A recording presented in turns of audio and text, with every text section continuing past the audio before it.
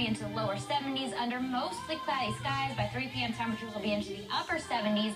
And again, throughout the day today, we'll have that chance of a little bit of drizzle. I'll have your full forecast coming up a little later. Thanks.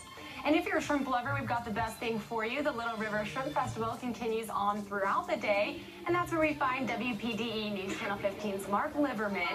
Mark, how's it going out there? I see that you're making a lot of friends. Corey, I am. I'm making a lot of friends. It's going absolutely fantastic. In the last few hours since we've been out here, it has really started to pick up. People are already showed up.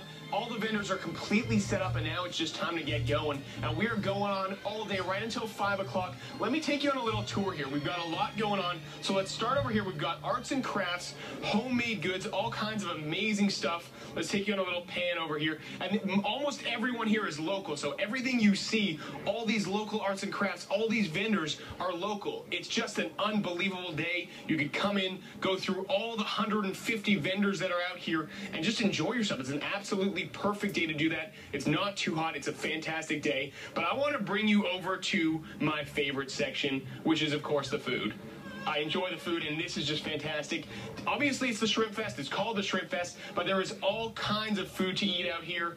Everything from every kind of shrimp imaginable. You've also got seafood and everything else. Let's bring you over here first, because I want to talk to you about one event that we have going on today. It is called it's the Shrimp Challenge, in a sense. What's the actual full name for it? I want to bring you over here. We've got lots of people here, but tell me what this is called. Well, this is the Little River Shrimp Festival Shrimp and Grits Challenge, and we are Dirty Disc Crab House. We're a proud part of this year's festival, the 9th year, and we want to thank the Little River Chamber of Commerce and the Community Bank for sponsoring this event.